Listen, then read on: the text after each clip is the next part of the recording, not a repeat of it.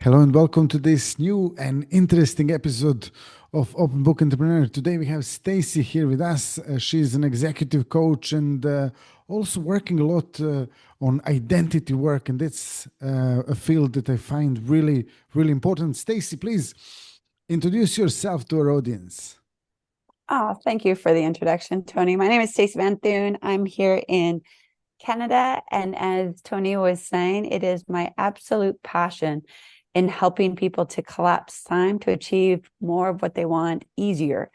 And yes, I do focus on identity as I believe that we'll never perform that of what we believe we are. So that's really the crux of the work.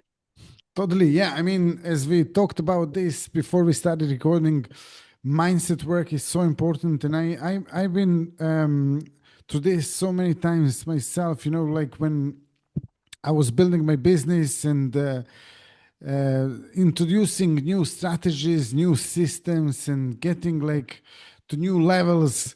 It was always really, really important to get into new identity, because if I didn't get into new identity, it was a big challenge, because things would just crash and yeah, some strange things were happening. So tell us, please, a little bit more about that, about identity work that you're doing, Stacey.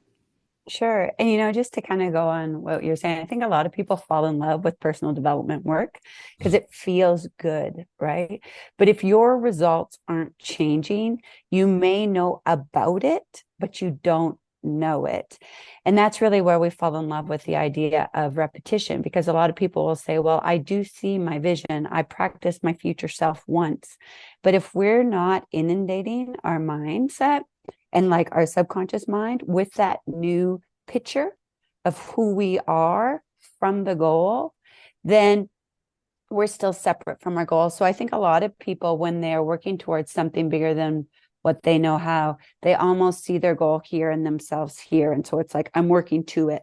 Where when I'm working with people, we work from the goal. So we get an idea of who would that person need to be? How would they have to act? Where would they show up? How do they hold themselves? What programs are they investing in themselves? And we're not waiting until we become it to make those choices. We're making them now, regardless of our physical world. And I think that so many of us were taught, I'll believe it when I see it. And yet the reality is everything in our 3D world is because of what you believe. So, it's about believing before you see the evidence and really doubling down on that person. So the key to success is be, do, have, where I think a lot of us, we were trained that once I have it, then I'll do it, then I will be it.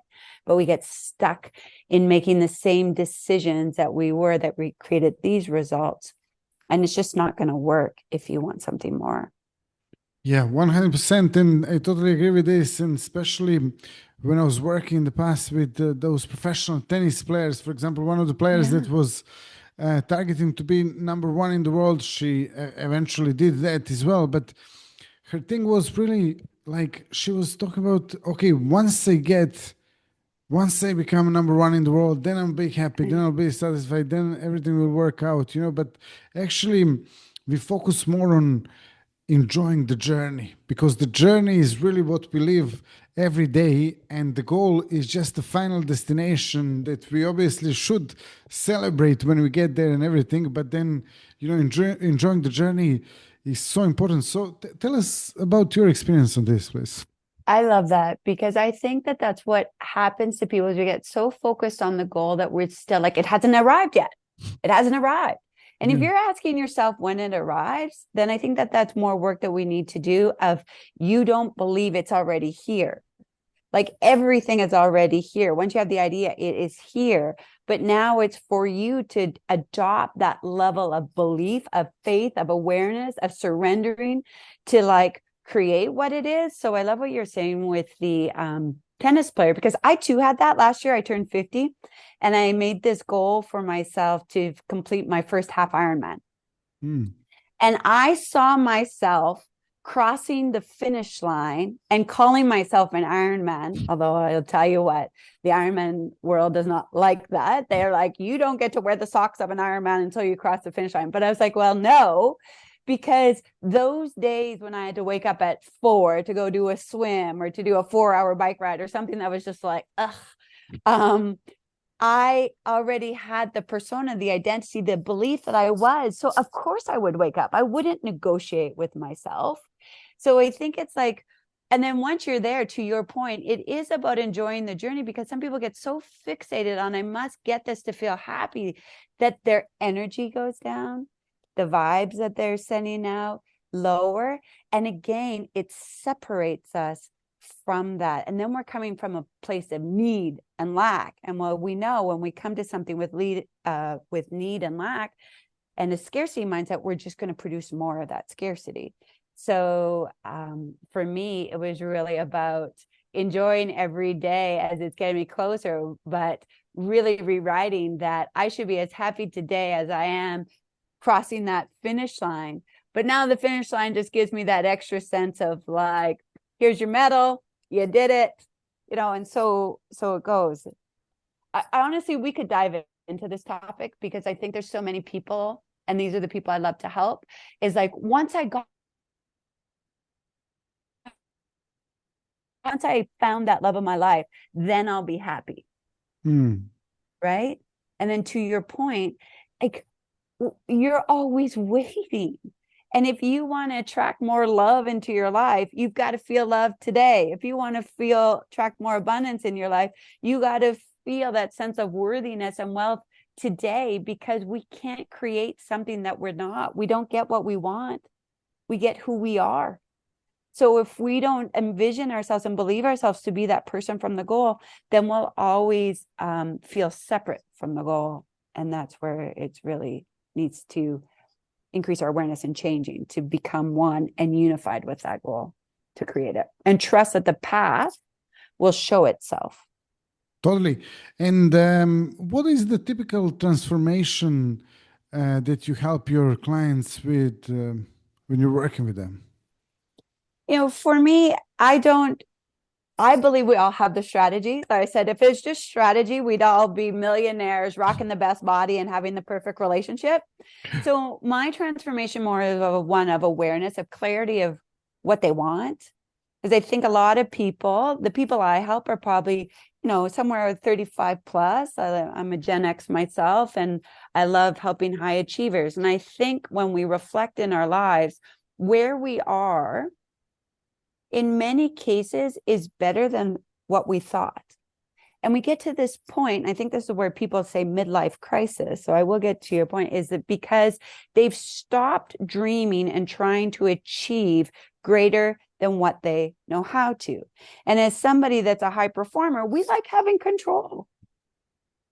So we feel like because we don't know how, then it's not for us. So we don't even realize that slowly we're diminishing our potential by not allowing ourselves to dream bigger than what we know how. And then we start to feel stuck, and we're like, shit, I don't understand why I feel this way.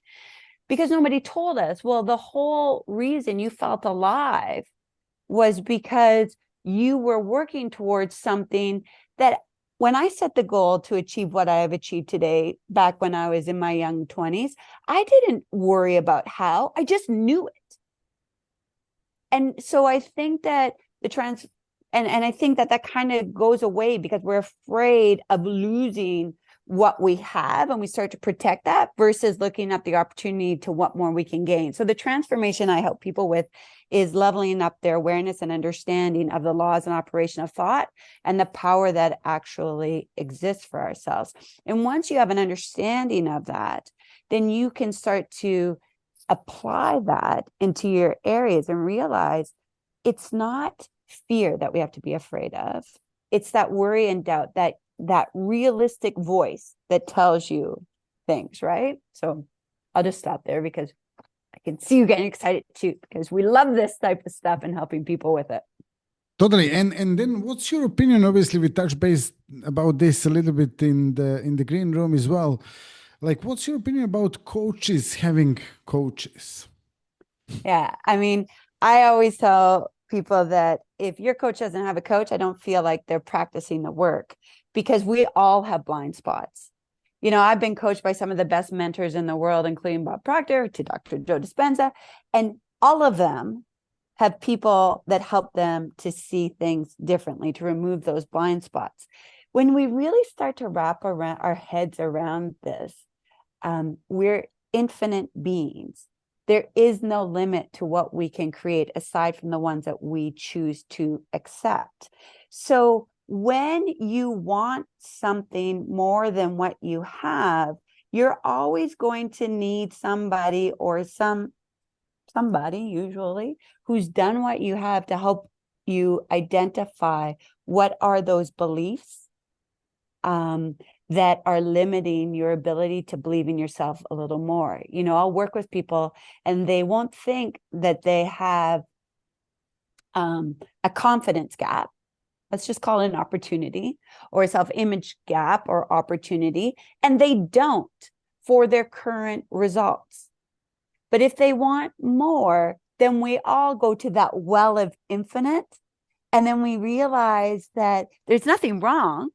Like, it's not because there's something wrong with me. It's because I can get more without removing those blind spots. And so for a lot of coaches, I don't, you know, we live in an abundant world. So there's a place for every coach. But I think a lot of coaches coach based off of what they did. And they say, hey, I can help you because I've been in that situation before. So just follow my lead. But they're not that person.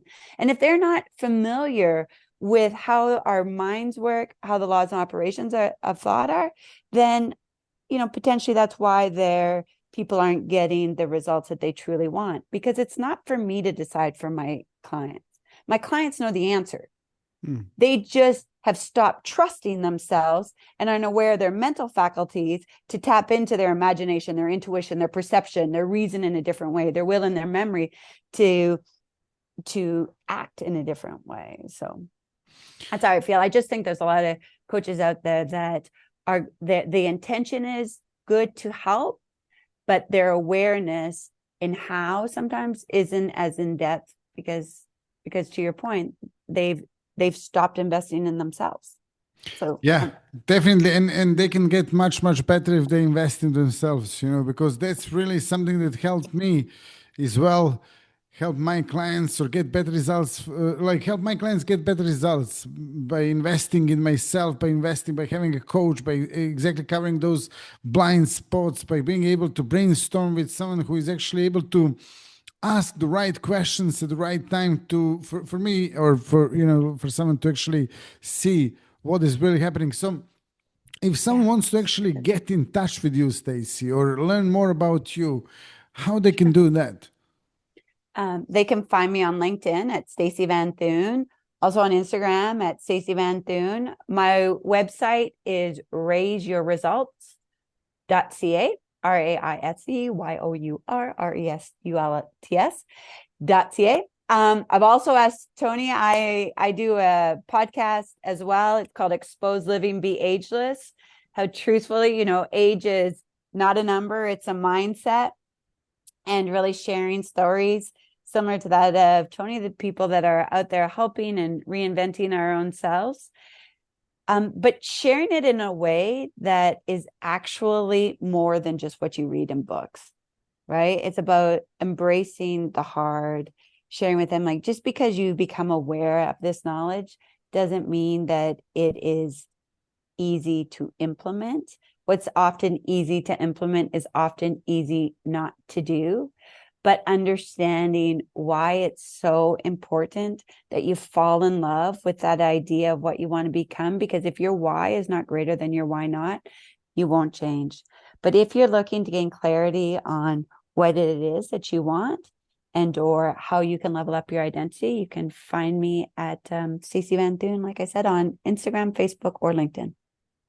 Great stuff. Yeah. Stacey, thank you so much for being a guest today. Thank you all for watching and listening to this episode. If you liked it, drop us a like, subscribe. And on top of that, if you have any questions for Stacey or me, you can ask them in the comments. We'll be more than happy to answer those. And as mentioned, Stacey, thanks a lot for being a guest. My pleasure. Thank you. Welcome.